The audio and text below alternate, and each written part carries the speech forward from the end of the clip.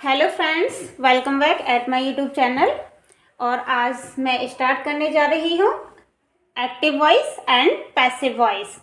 Active voice and passive voice का आज पहला दिन है और आज से हम बहुत ही आसानी तरीके से इसे अच्छे से समझ सकते हैं।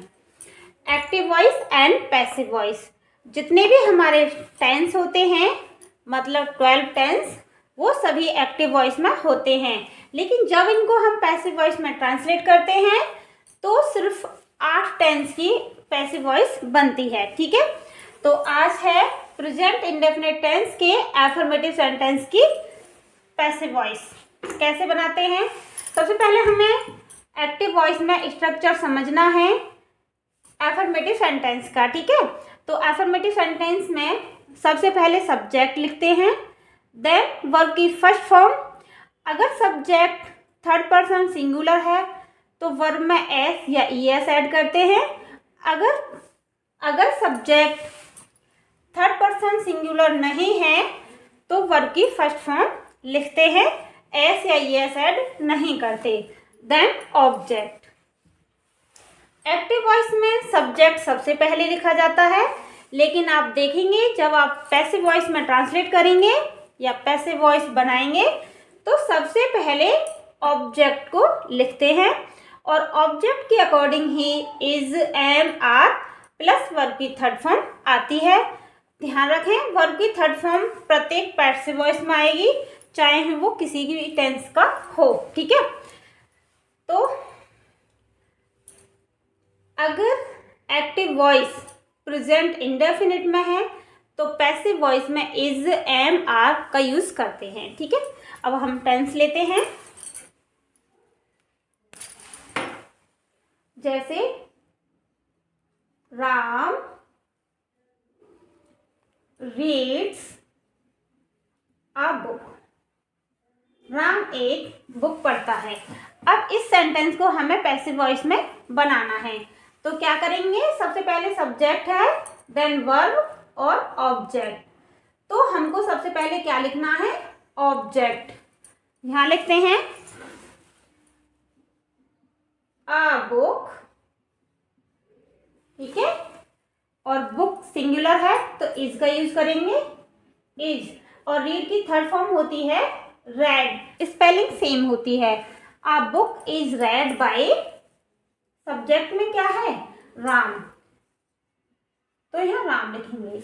लेकिन यहाँ पर सब राम ऑब्जेक्टिव केस में होगा। ठीक है, तो इस टाइप से बहुत ही आसानी तरीके से हम बनाएंगे। और भी ये एक्टिव वॉइस में कुछ सेंटेंस हैं जिनको हमें पैसिव वॉइस में ट्रांसलेट करना है, चेंज करना है। ठीक है, ये प्रेजेंट इंडेफिनिट टेंस के एफर्मेटिव सेंटेंस हैं और जब इनको हम पैसिव वॉइस में चेंज करेंगे तो इज, एम, आर का यूज करेंगे और वो भी ऑब्जेक्ट के अनुसार। ठीक है, तो सब्जेक्ट क्या है, आई बाय द बुक्स। तो हमें जो क्रिया के बाद है ये ऑब्जेक्ट सबसे पहले लिखना है। पैसिव वॉइस बनाते टाइम सबसे पहले ऑब्जेक्ट लिखते हैं, बुक्स। ठीक है, बुक्स प्लूरल है तो उसके साथ आएगा आर। वर्ब क्या है, बाय, और बाय की थर्ड फॉर्म होती है बॉट। जब भी सेंटेंस लास्ट में जब हम सब्जेक्ट लिखते हैं तो सब्जेक्ट से पहले बाय का यूज करते हैं और सब्जेक्टिव केस को ऑब्जेक्टिव केस में लिखते हैं। आई का ऑब्जेक्टिव केस क्या होता है, आई का होता है मी। इस टाइप से पैसिव वॉइस में बनाते हैं। अब सेकंड नंबर पे है ही टेल्स अ स्टोरी। तो ऑब्जेक्ट क्या है, a story. A story, story singular है तो इज का यूज करेंगे। टेल की थर्ड फॉर्म होती है टोल्ड। बचा क्या, ही का ऑब्जेक्टिव केस होता है हिम। अब आप थर्ड नंबर पे देखना, दे फ्लाई द काइट। ऑब्जेक्ट क्या है, काइट, तो सबसे पहले ऑब्जेक्ट लिखो, the kite. Kite first person है, सॉरी सिंगुलर है तो इसके साथ आएगा इज।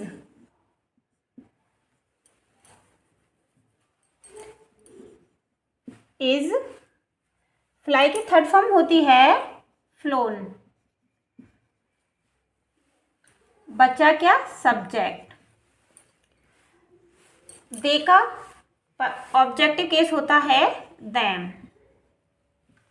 ठीक है, अब लास्ट सेंटेंस है वी कॉल हर। हम उसे बुलाते हैं। तो ऑब्जेक्ट क्या है यहाँ? हर। अब आप देख सकते हो यहाँ पर ये ऑब्जेक्टिव केस में है, लेकिन जब यहाँ हम सब्जेक्टिव केस में लिखेंगे तो हर का सब्जेक्टिव केस क्या होता है? हर का होता है सी। सी और सी थर्ड पर्सन सिंगुलर है, इसके साथ यूज होता है इज। See is. कॉल की थर्ड फॉर्म होती है कॉल्ड। वी का ऑब्जेक्टिव होता है अस। ठीक है, तो किस टाइप से हमने चेंज करे? एक्टिव वॉइस में प्रेजेंट इंडेफिनिट टेंस के एफर्मेटिव सेंटेंस हैं।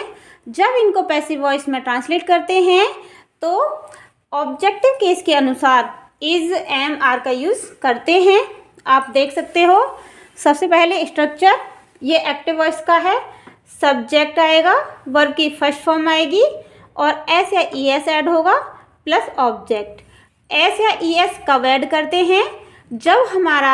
जब सेंटेंस का सब्जेक्ट थर्ड पर्सन सिंगुलर हो तो वर्ब के साथ एस या ई एस ऐड करते हैं। ठीक है, ऐसे सेंटेंस को जब पैसिव वॉइस में ट्रांसलेट करते हैं तो सबसे पहले जो ये ऑब्जेक्ट होता है, सबसे पहले ऑब्जेक्ट को लिखते हैं और ऑब्जेक्ट के अकॉर्डिंग ही आएगा इज, एम, आर। ठीक है, और पैसिव वॉइस में ऑलवेज वर्ब की थर्ड फॉर्म का यूज़ करते हैं और सब्जेक्ट आ जाता है सबसे लास्ट में। तो ऑब्जेक्ट आएगा सब्जेक्ट के स्थान पे और सब्जेक्ट आएगा ऑब्जेक्ट के स्थान पे।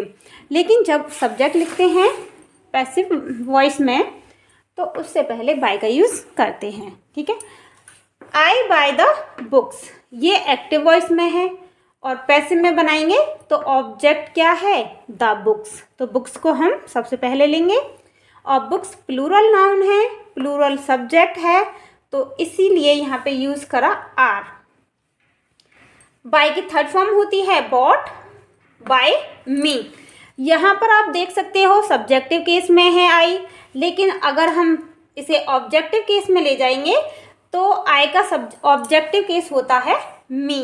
ठीक है, ही टेल्स अ स्टोरी, तो सब्जेक्टिव केस में सबसे पहले क्या लेंगे? Object. A story is told by him.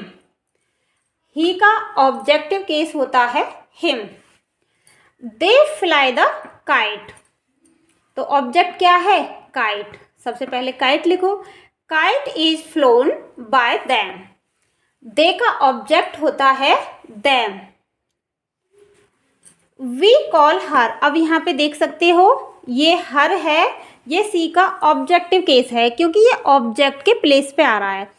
तो अगर हम इसको सब्जेक्टिव केस में रखेंगे, सब्जेक्ट के स्थान पर रखेंगे तो हर का सब्जेक्टिव केस होता है सी।